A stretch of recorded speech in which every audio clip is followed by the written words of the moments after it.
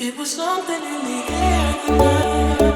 air. So I know the internet and every big YouTuber out there is all over the OnePlus 7 Pro right now, and we just placed our order for a Nebula Blue OnePlus 7 Pro this morning as we're filming this video. So trust me guys, I know y'all want to see videos over the new OnePlus phone, and I want to get that phone in-house as soon as possible, but we're gonna have to wait for a little bit, as hard as that sounds, and believe me, I am finding it difficult myself. So in today's video, we're gonna talk about something that I stumbled onto on the internet a couple days ago. And it's in regards to this phone right here, the Pixel 3 XL. Not the Pixel 3a that we just talked about, the premium Pixel line, and what you guys could possibly do to make it better if it's giving you issues. Let's get right into it. So here's the thing with the Pixel line of phones. It's appealing to a lot of people who want an Android smartphone for a good amount of reasons. The first and most important one, I would say, is Google software experience. So Google owns Android, right? It only makes sense that the phone they would bring out runs the best possible version of Android. And if you ask a lot of people, that's true. Myself included, I feel like the Pixel or another phone like OnePlus that offers a near stock Android experience is the best type of software experience you should buy if you're buying an Android device.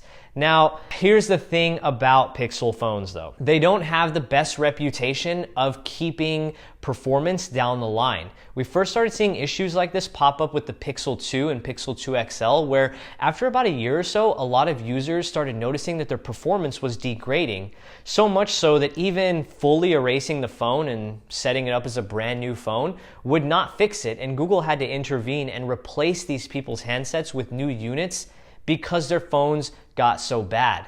Now, I haven't had any issues with my Pixel 3 in particular, but I have seen a lot of users online complain about degrading performance on their Pixel 3s, and a lot of people have a lot of different theories as to why. One of the biggest reasons I personally believe is that the Pixel 3 comes with only 4 gigabytes of RAM, while a lot of other Android flagships these days are shipping with at least 6 gigs, or in the case of the new OnePlus 7 Pro, a max of 12 gigs of RAM. Now in those situations, that's absolutely overkill, but I personally believe that the Pixel could definitely benefit by having at least 6 gigabytes of RAM. But recently, there have been some articles published and even some subreddits created of a lot of users finding a way to get that degraded performance back from their Pixels. And it doesn't include getting a replacement from Google. It doesn't include erasing the phone and setting it up as new. It includes turning off one of the headlining features of Android Pie, digital well-being. Allow me to explain. So if you're not familiar with digital well-being, it's essentially a snapshot of how you use your phone as you're using it every single day. So it'll show you the amount of minutes that you spend in each type of app. It'll show you what type of category each app is categorized as. It'll show you how many times you unlock your phone. It'll show you how many times you receive notifications. It'll even have clever ways of allowing you to disconnect from your phone.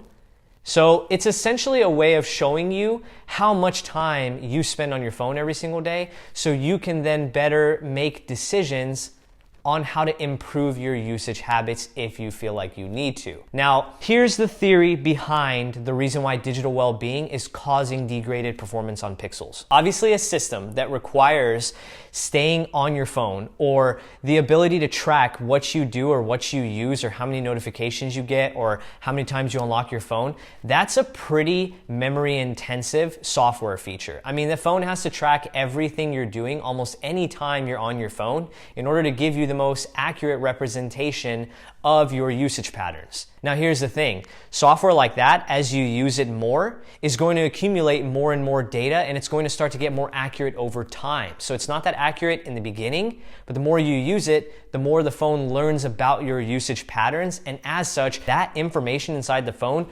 grows and theoretically could take up more memory as you continue to keep that feature enabled. Now, other phones out there, like the iPhone for example, have a really similar feature, but here's the thing. If a feature like that is not well optimized to basically not be a hog on your memory, you could theoretically experience some degraded performance over time.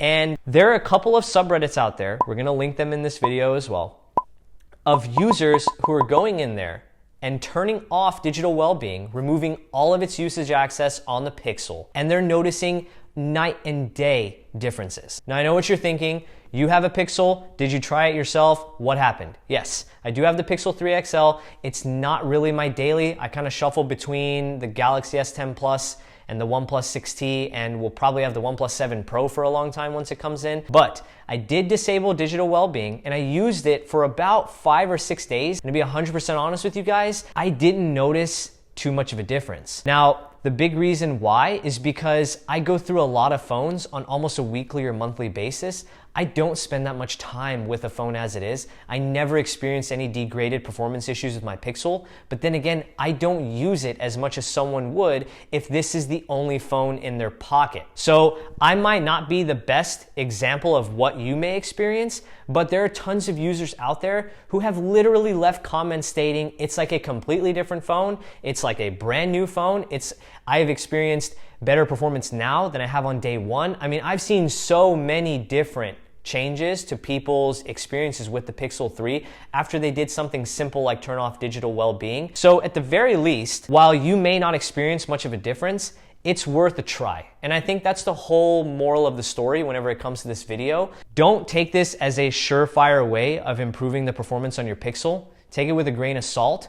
But if you are someone out there who's experiencing degraded performance with your Pixel, it might be worth a shot for you to try it for a few days and see if it improves your experience at all. Now, obviously, Google sends out monthly patches, and the Pixel 3 is their current flagship phone, so it should be in line to receive major updates down the line.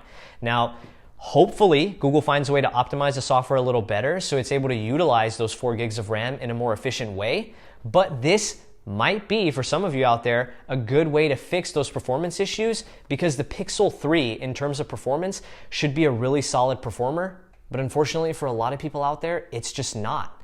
And I hope this video gives you guys another option to try if you're one of those users who have experienced degraded performance over time. But I want to hear from you. If you own a Pixel 3, a Pixel 3 XL, or heck, even if you own one of the Pixel 3As or 3A XLs and you guys have tried this, let me know if you've experienced any better performance in the comment section. And as always, if you guys enjoyed this video, please be sure to show your support by hitting subscribe. I hope this tip at least helps some of you out there. If it does, let me know. If it doesn't, still let me know. But hey, if it doesn't help you, at least you gave another thing a shot. And hopefully Google gets it right this year with the Pixel 4. I just hope they haven't deterred too many users with prolonged issues like this. So anyways, guys, I'm out of here. I hope this video helped you guys a little bit. Thanks for watching, and I'll catch y'all in the next one. Peace. Section. And as always, if you guys enjoyed the video, please be sure to show your support by hitting subscribe. Dang, should we stop? Can you cut that out?